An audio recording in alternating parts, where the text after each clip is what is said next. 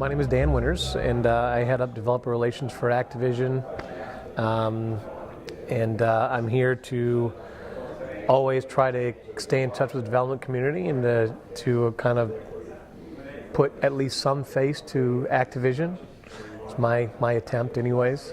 I value very much the development community, so which is my primary responsibility is I'm head of developer relations and acquisitions. So obviously I need to stay in touch with what's going on and more importantly try to give back to the community a little bit and help at least spread the right impression of what Activision's perception is and our goals and strategies a little bit. You know, there are three areas that I think are important when going to talk to anyone, whether it's Activision, THQ, EA, Ubisoft, or whomever the group is. Primarily, I think it's important to know the strategies of that company, with whom you're talking. I think that's a really important part of it because a strategy might be for them to put out pet products like Ubisoft on the DS. Well, if that's the case, then you'd want to go in and talk about efficient production that is, from a cost perspective, very conservative and yet delivers on a certain concept and idea. Whereas if you're going in to pitch a 360 and a PS3 title to someone like an Activision, where we only will move forward with something that is a 4 million unit seller type of a opportunity, then you should just know that going in so that you can craft out your pitch to fit that model. So I think knowing, one, the person you're pitching to, basically knowing your audience, and then knowing a broader sense of what do you need to give that person so they can be an advocate for your idea inside the organization is essential. Well, that's part of my responsibility, being in charge of developer relations. You know, we don't have the luxury of just staying in touch with the big blockbuster developers, the Epics, the Insomniacs, the people who are making great big blockbusters who are fantastic in what they do.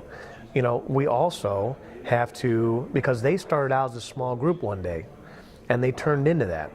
And so for us, we have to really stay in touch closely with not only smaller, but more focused teams that are not necessarily, don't have the luxury right now to do the $25 million budget. They're doing games on Xbox Live Arcade so they can prove out their capability of building quality product. Chair Interactive is a great example of that with Shadow Complex. You know, they refocused their energies. We're a small group in Salt Lake City. Epic gave them a lot of support and a lot of technology help, and then they made a great game, very high quality, and they put themselves on the radar in a whole different way. There are always diamonds in the rough. You know, we are not a big organization at Activision. We are a big market share, we're a big revenue, but from a resource point of view, we don't have a lot of people to thread out and to, you know, fly all over the country. You know, there are a few of us, and so therefore we have to be disciplined with where we spend our time and what we do. So that being said, you know, we go to places like MIGS, and we go to Game Developers Conference, and we go to Tokyo Game Show, and we go to E3, and we go to DICE, and we go to these events where we can have kind of a captive audience. And we also do a lot of research and hopefully stay in touch on a more intimate basis, not relying solely on the conferences. But it's very important for us. For me, it's very important that the development community understands that Activision is just a real place and that we're just real people and you know, we're on their side, and that we would love to find opportunities to work with new development partners and that we can look at creative solutions for things.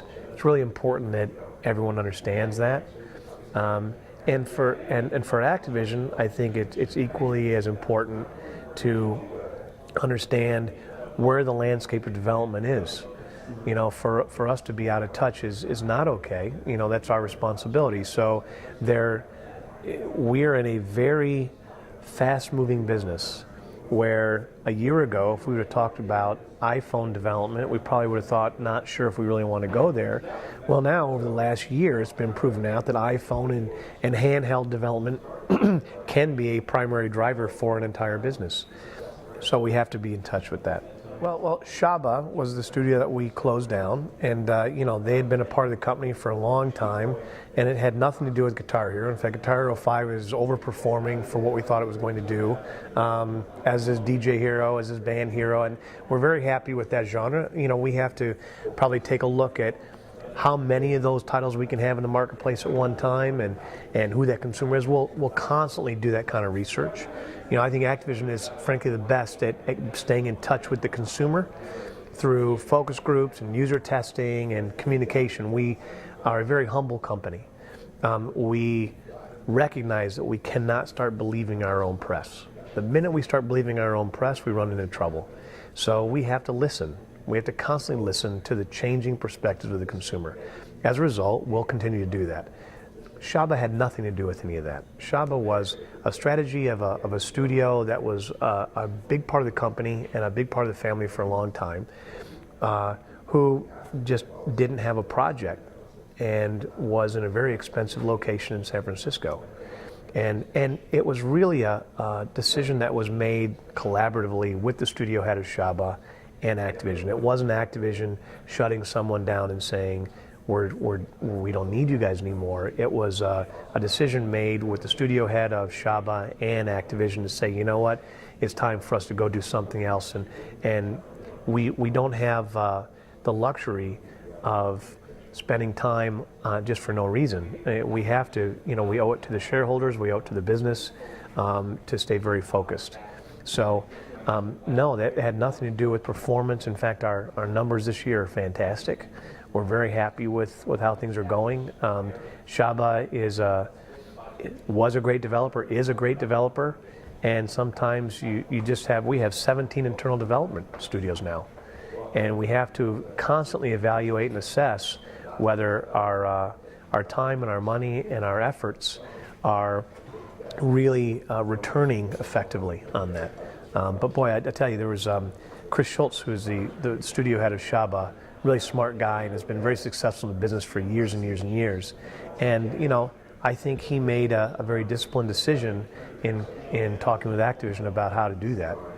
And it's funny because when we were the number 2 publisher or the number 3 publisher, number 4 publisher, we were kind of the small company that could, and everybody loved us for that. We were the head of design at Activision is a wonderful guy named Carl Schnur.